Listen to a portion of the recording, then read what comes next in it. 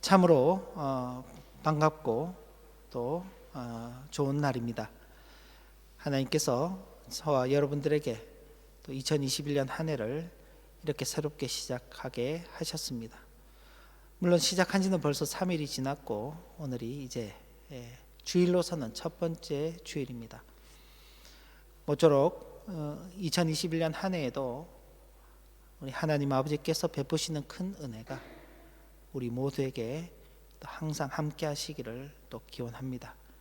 여러분들 삶 가운데서도 또 감사와 기쁨이 넘치는 그런 복된 한 해가 되시기를 진심으로 기원합니다. 오늘 말씀은 히브리서 7장의 말씀입니다. 그동안 몇 차례 히브리서를 읽어가면서 멜기세덱에 관한 이야기가 나왔는데 오늘 그 멜기세덱이 어떤 분이신지에 대해서 여기 집중적으로 소개가 되고 있습니다. 우리가 새해를 맞이하였지만은 사실 시간적으로 보면은 그냥 자연스럽게 지난 해로부터 올해로 이어져 가는 것입니다. 우리가 이제 나름 의미를 부여하기 때문에 새로운 해가 시작됐다라고 생각하는 것이지 실제로는 뭐 2020년 12월 31일이나 2021년 1월 1일이나 갑자기 큰 변화가 일어나지는 않죠. 마찬가지로 하나님의 말씀도 지난주에 들었던 말씀과 오늘 들었던 말씀이 갑자기 큰 변화가 일어나지는 않습니다. 오늘 저와 여러분이 읽은 말씀도 앞서서 있는 말씀과 연결이 되는데 지난 그 6장의 그 마지막 절을 보면은 6장의 20절을 보면 이런 말씀이 기록되어 있습니다. 19절부터 보시면 제가 한번 읽어드리겠습니다. 우리가 이 소망을 가지고 있는 것은 영혼의 닭 같아서 튼튼하고 견고하여 휘장 안에 들어가나니 그리로 앞서가신 예수께서 멜기세덱의 반차를 따라 영원히 대제사장이 되어 우리를 위하여 들어가셨느니라. 예수 그리스도께서 멜기세덱의 반차를 따라서 영원한 대제사장이 되셔서 우리를 위하여 지성소는 피를 가지고 들어가는 곳이라 그랬습니다. 백성들의 죄를 속죄하기 위해서 피를 가지고 가는데 구약 시대에는 짐승의 피를 가지고 들어갔습니다. 그런데 예수 그리스도께서는 자신의 피를 가지고 들어가셔서 우리의 모든 죄를 속죄해 주셨기 때문에 우리가 그 예수 그리스도로 말미암아 우리도 지성소 안으로 들어가게 된 것이고 그리고 하나님과 연합하게 되었고 하나님께로부터 주어지는 모든 죄사함의 은혜를 받아서 하늘의 소망 가운데서 살아갈 수 있는 자들이 되었다라고 말한 후에 그 예수 그리스도께서 멜기세덱의 반차를 쫓아가셨다는 게 그게 도대체 무슨 의미인가를 설명하기 위해서 이제 멜기세덱에 대해서 이야기를 하는 것입니다. 멜기세덱 우리가 이름은 다들 한 번씩 들어보셨을 것입니다. 그런데 실제로 멜기세덱에 대해서는 성경에 그렇게 많이 나타나고 있지는 않습니다. 구약에는 멜기세덱의 이름이 딱 3번 등장하게 됩니다. 근데 실제적으로는 2번입니다. 창세기 14장에서 한 번 등장하게 되고 시편 110편에서 등장하게 됩니다. 창세기에서 등장하는 내용이 오늘 이 히브리서에 기록되어 있는 내용과 내용적으로는 동일하게 그렇게 기록이 되어 있습니다. 히브리서를 기록했던 사도가 바로 그 창세기에 있는 내용을 그대로 인용을 해서 히브리서 7장을 기록하고 있는 것입니다. 그리고 신약에서는 한 10번 정도 멜기세덱의 이름이 등장하게 되는데 다 여기 히브리서에서만 기록이 됩니다. 다른 신약 성경 전체 27권인데 그 27권 중에 유일하게 이 히브리서에서만 이 멜기세덱의 이름이 등장하게 됩니다. 아무래도 성경에서 이 멜기세덱에 대한 이 언급이 적고 정보가 적다 보니까 멜기세덱을 이해하는 것이 참 어렵습니다. 그래서 어떤 사람들은 유대의 랍비들은 이 멜기세덱은 노아의 아들 셈이었다라고 그렇게 추정하는 분들도 계십니다. 그 연대표를 이렇게 계산을 해보면은 아브라함과 멜기세덱이 한 150년 정도 같은 동시대를 살게 됩니다. 노아의 아들 셈이 600살을 살았기 때문에 좀 오래 사셨죠. 그러다 보니까 아브라함과 이렇게 겹치는 시대가 있기 때문에 노아의 아들 셈이 아닐까 그렇게 추정하기도 합니다. 또 어떤 사람들은 아니다, 멜기세덱은 천사다. 왜? 아버지도 없고 아들도 없고 족보도 없고 시작도 없고 끝도 없으니까 천사였다, 그렇게 보는 사람들도 있습니다.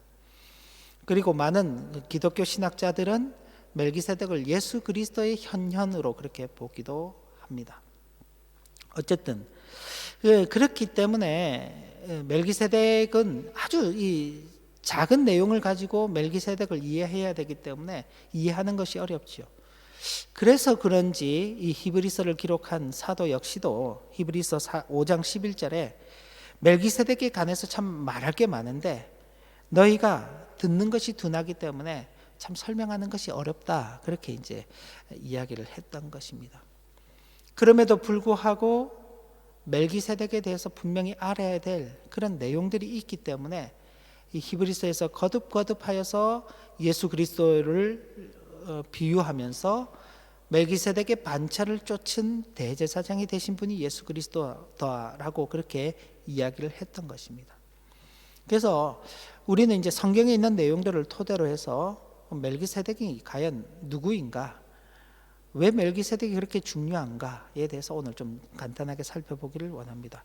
먼저는 멜기세덱과 아브라함의 관계입니다. 오늘 저와 여러분들이 읽은 본문에서처럼 멜기세덱은 아브라함 시대에 살았던 사람입니다. 오늘 우리가 읽은 본문에 보면은 그를 살렘 왕이다 그렇게 표현하고 있는데, 이 살렘이 어딘가? 아마 가나안 땅 중에 한 왕으로 그렇게 이해를 하는 것이 가장 일반적인 것입니다. 아까 뭐 셈이라고도 천사라고도 예수 그리스도의 현년이라고도 보지만은, 그러나 살렘 왕이라는 그 표현이 있기 때문에 가나안의 왕들 가운데 한 사람이 아니었는가 하는 것이 일반적으로 보는 견해입니다. 그런데 놀라운 것은 아브라함 시대는 아직 이스라엘이라는 하나님의 선민이 형성되기 이전입니다. 그죠?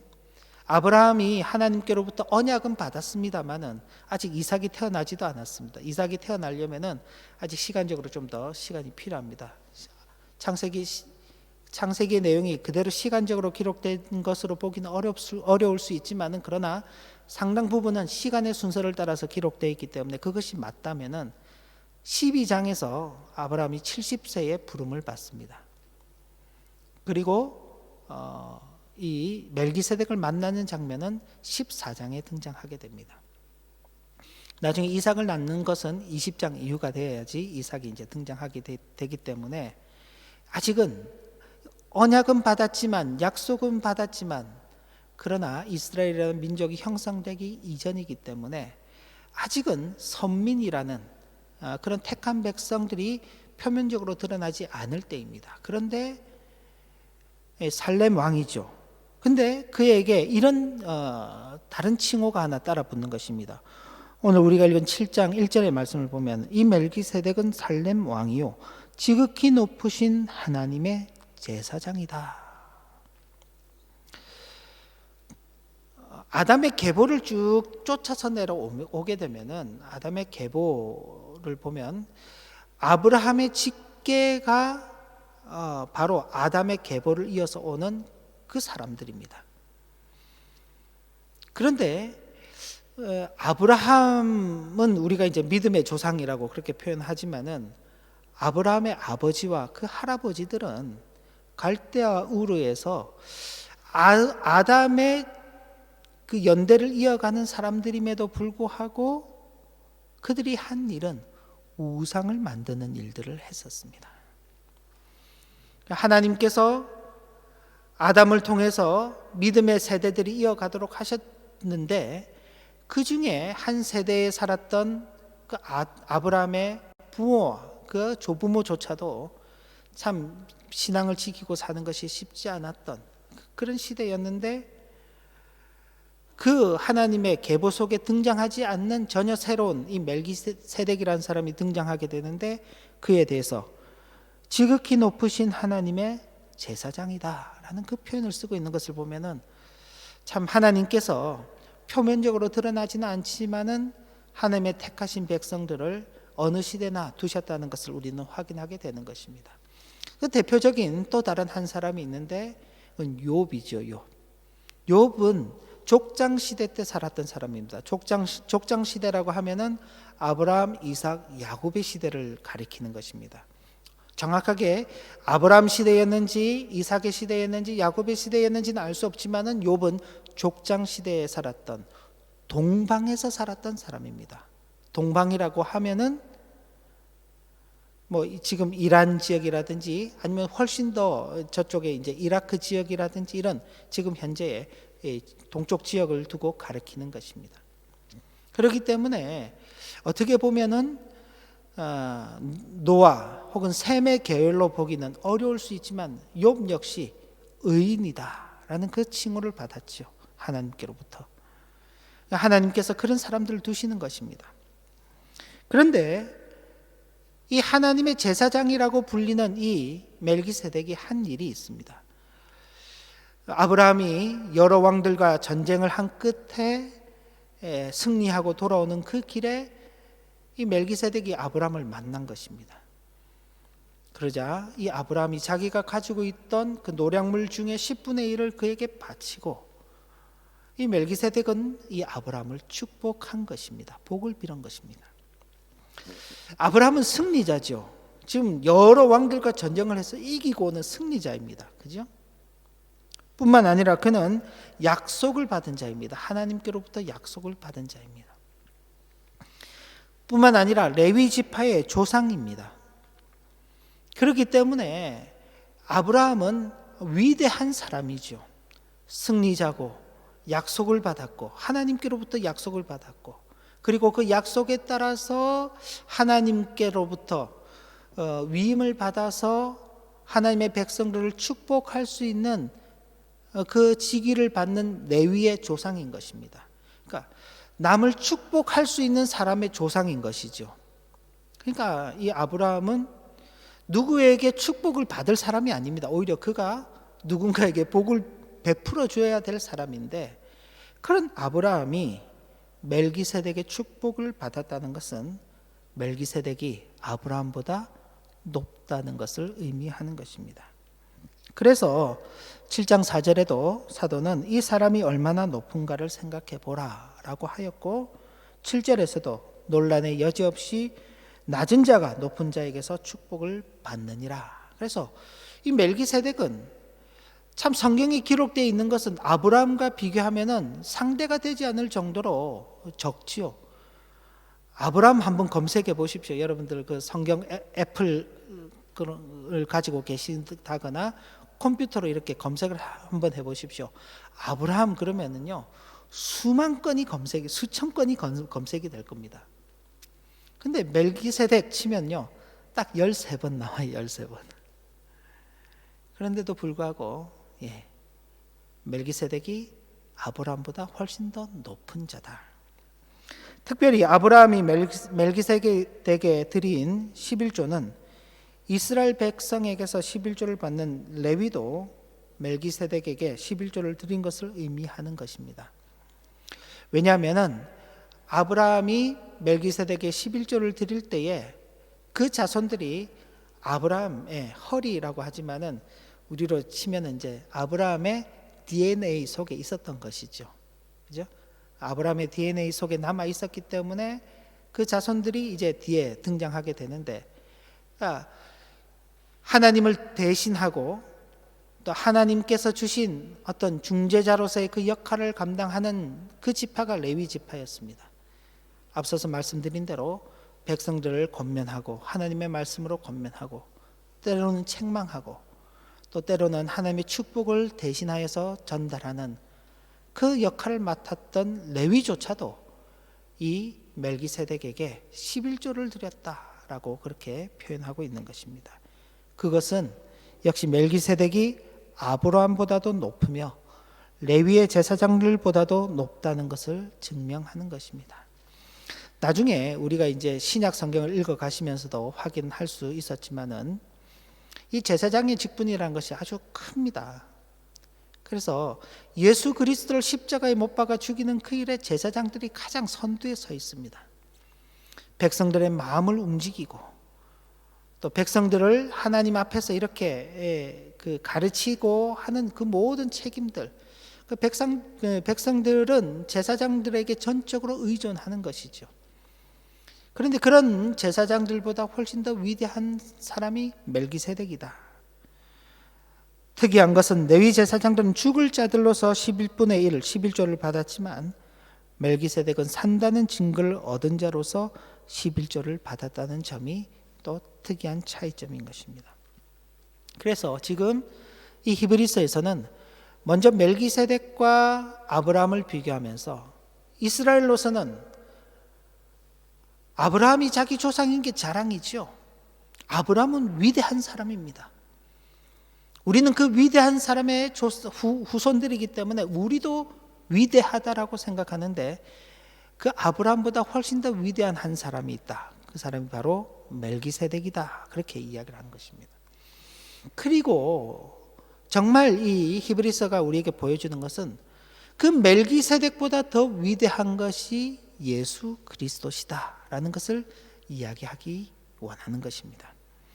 멜기세덱의 이름은 앞서 말씀드린 대로 살렘 왕도 있지만은 의의 왕이요 살렘 왕이요 곧 평강의 왕이다라는 그 뜻을 가지고 있습니다.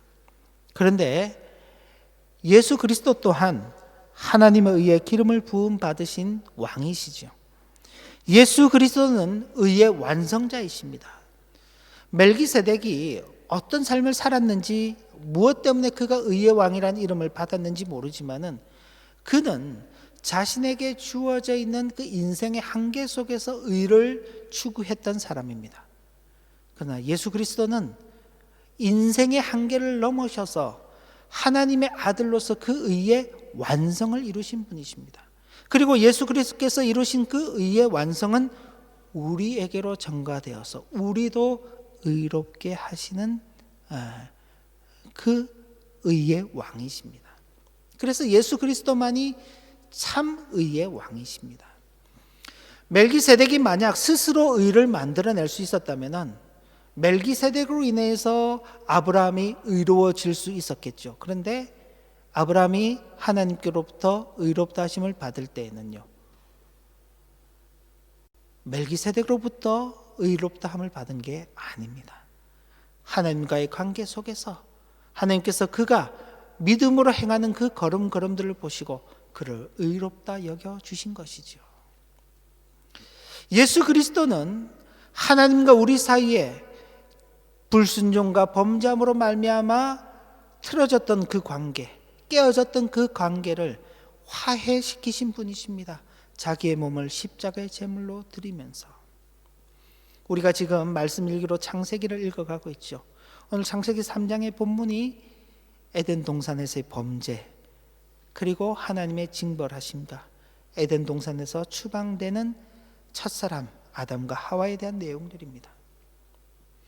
그때 그들이 범죄함으로 말미암아 하나님과의 관계가 단절되어 버렸습니다. 그런데 그 관계를 누가 회복시키시느냐? 예수 그리스도께서 회복시키신 것입니다.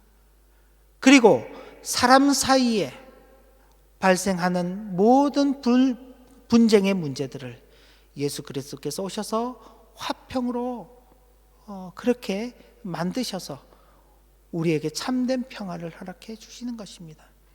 예수 그리스도 밖에는 참된 평화가 없습니다. 그래서 예수 그리스도만이 참 평강의 왕이 되시는 것입니다.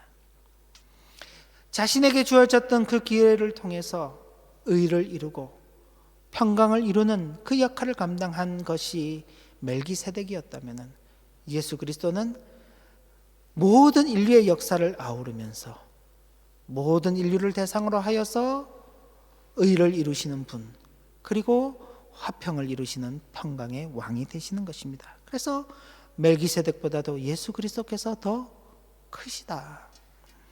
멜기세덱은 지극히 높으신 하나님의 제사장이라는 이름이 붙어 있습니다.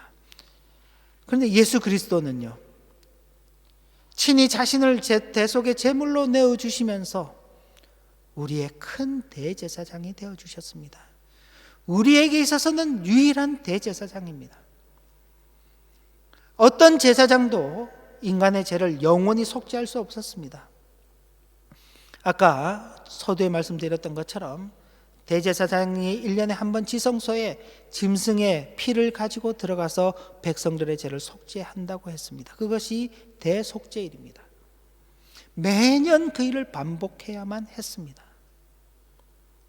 그런데 예수 그리스도께서 오셔서 십자가의 대속의 죽음을 죽으시고 이 대속의 제물이 되어 주심으로 말미암아 그 속죄를 완전히 이루신 것입니다.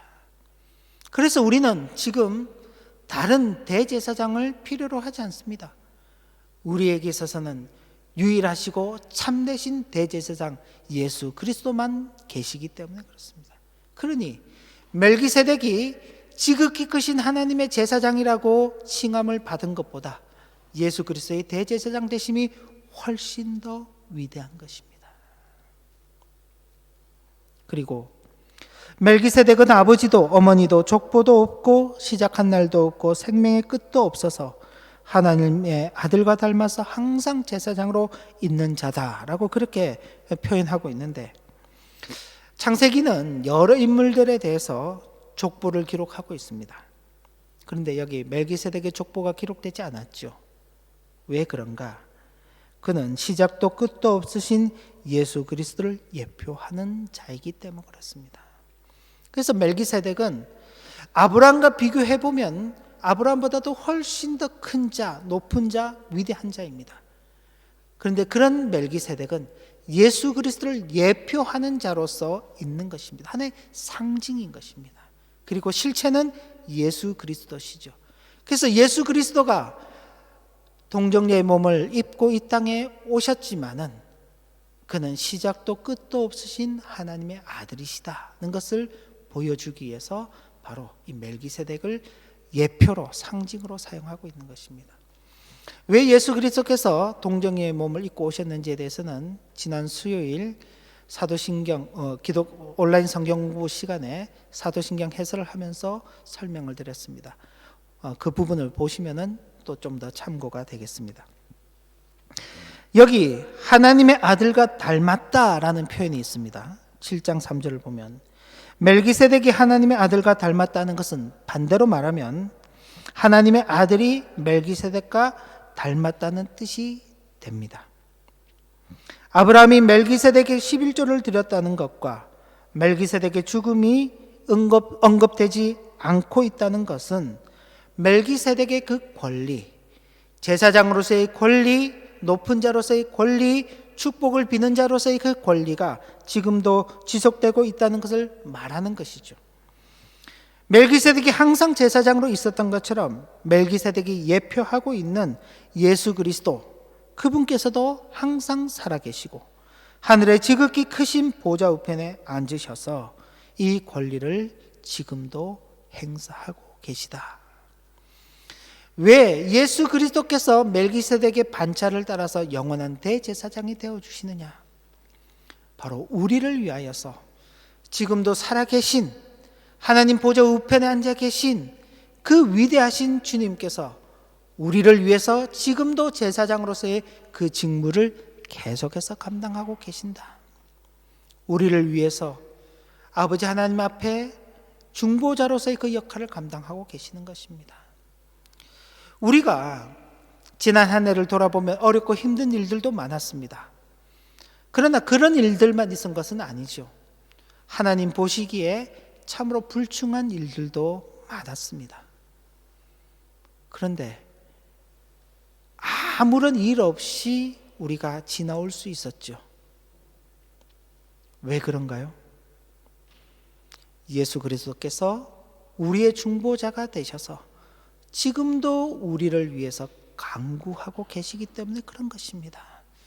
우리가 대단히 잘나서 대단히 엄청 훌륭한 삶을 살아서 그날 다음 날 그날을 살아내고 다음 날이 우리에게 허락되어지는 것이 아니라 우리를 위해서 기도하시는 그 주님의 대속의 은혜가 지금까지도 계속 이어지고 있기 때문에 우리는 그렇게 하루하루를 살아가는 것입니다.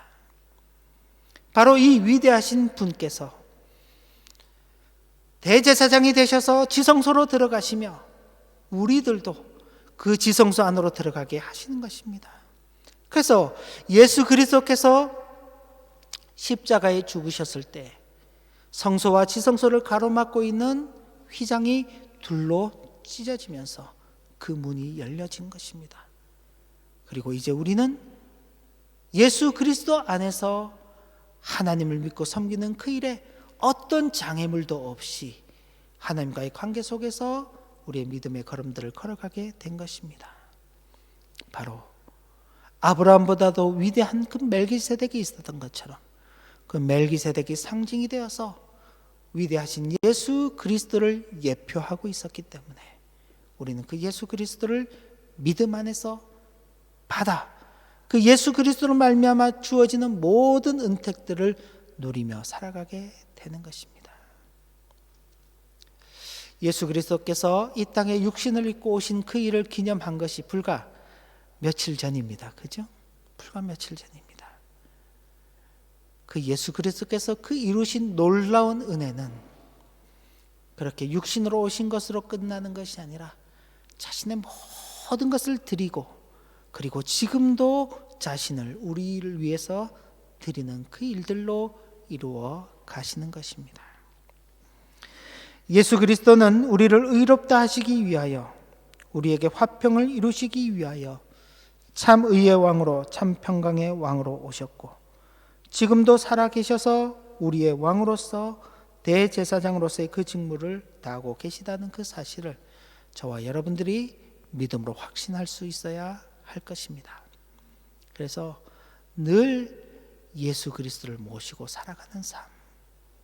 아브라함이 멜기세덱에게 자신에게 주어진 모든 것들을 다 드렸던 것처럼 그리고 아브라함의 자손들인 레위가 그 아브라함 안에서 그 위대했던 멜기세덱에게 자신들이 받은 모든 그 권리들을 다 돌려드렸던 것처럼 이제는 우리가 멜기세덱으로 예표되었던 예수 그리스도 안에서 예수 그리스도에게 우리의 모든 것들을 드리는 삶을 살아가야 할 것입니다.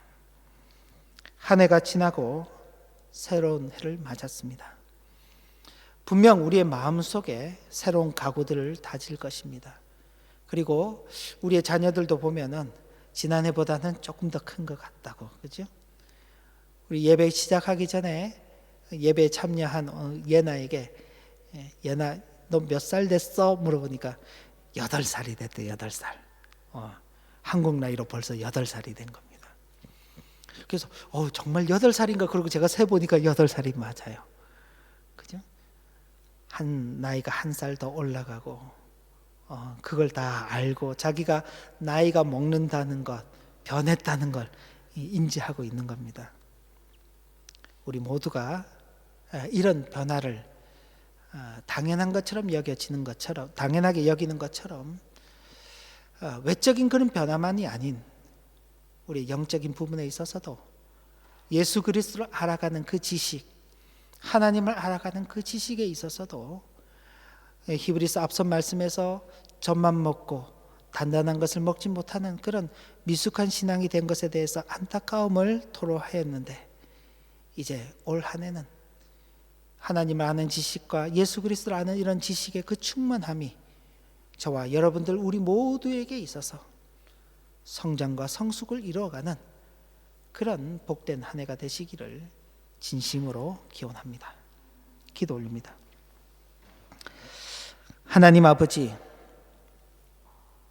지나간 역사 속에서 아브라함이라는 그 이름만 하여도 참 위대한 인물입니다. 너나 나나 할 거 없이 아브라함을 조상으로 두고 있다고 하면 그 사람 어깨에 힘이 들어갑니다. 그런데 그런 아브라함도 멜기세덱이라는 그 한 사람에게 자신의 머리를 숙이고 자신의 것을 드리며 그를 높였습니다. 그런데 그런 멜기세덱이 장차 오실 예수 그리스도의 예표가 되고 예수 그리스도를 상징하는 자라는 것을 히브리서가 증거하고 있습니다. 그렇게 위대하신 예수 그리스도는 우리를 위하여서 모든 것을 내어주신 분이십니다. 우리는 바로 그 예수 그리스도를 믿는 자들입니다. 예수 그리스도를 아는 그 지식의 충만함이 2021년 한 해 우리 하나교회와 우리 교회를 속해 있는 모든 지체들과 또 함께 믿음을 나누는 모든 믿음의 지체들 위해 충만하게 하셔서 신앙의 성장과 성숙을 이뤄가는 큰 복을 누리게 하여 주옵소서. 예수님의 이름으로 기도 올리옵나이다. 아멘.